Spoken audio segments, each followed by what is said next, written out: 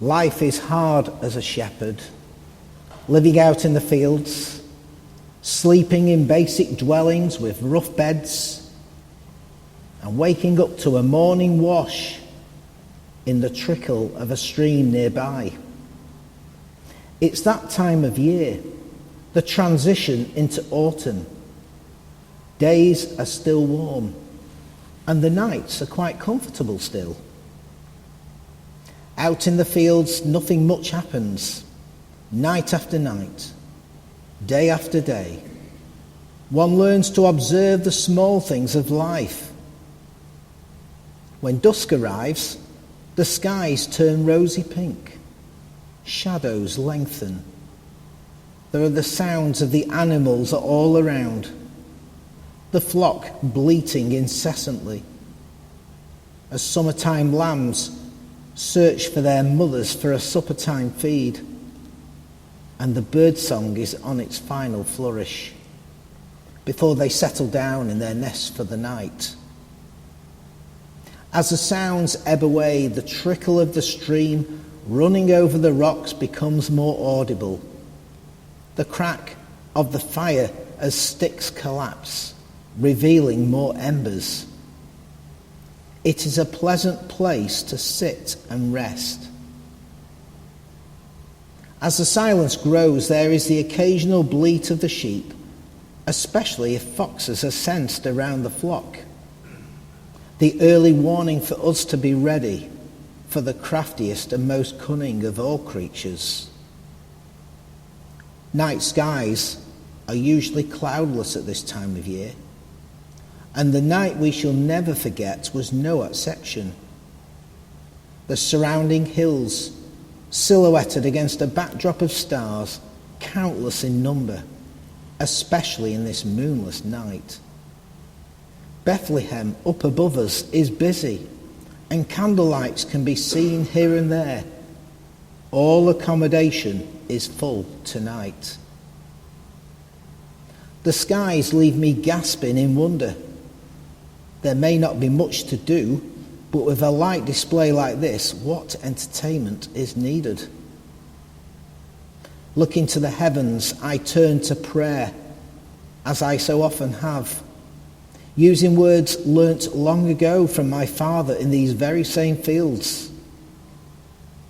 I cannot read, but I know Psalm 8, attributed to King David, our great leader from the past, and a former shepherd boy too. It's a nice thought.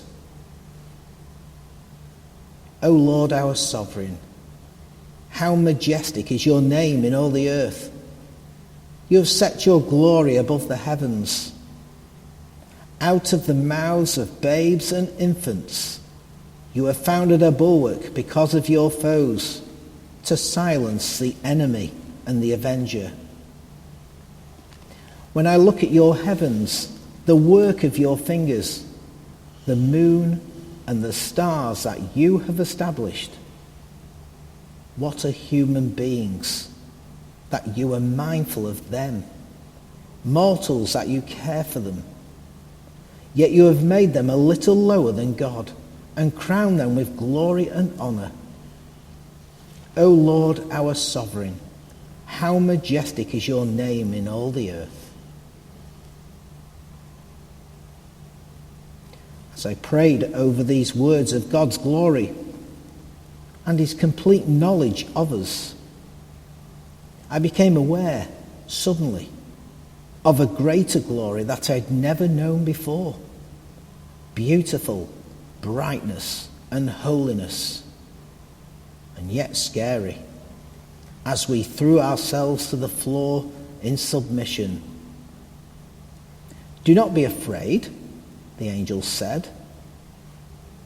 That is a greeting I had heard of before, and now it was coming to us, with news of a Saviour born in Bethlehem.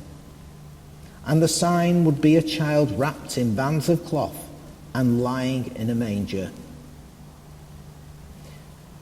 With barely any time to digest this wondrous news, heaven came to earth in a way I'd never heard of before.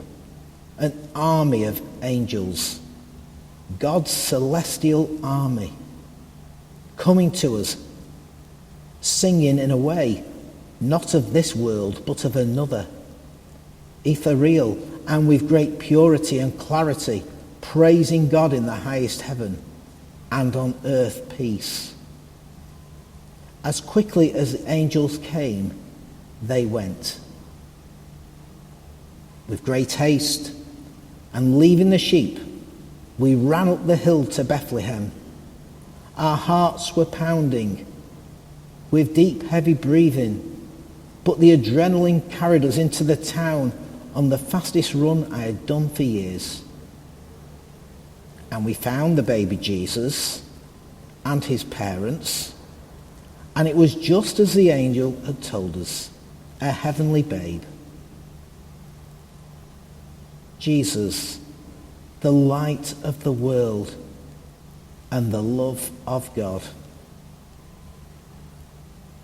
We shared the good news of who this baby was, and that he would do great things for his people and the whole world.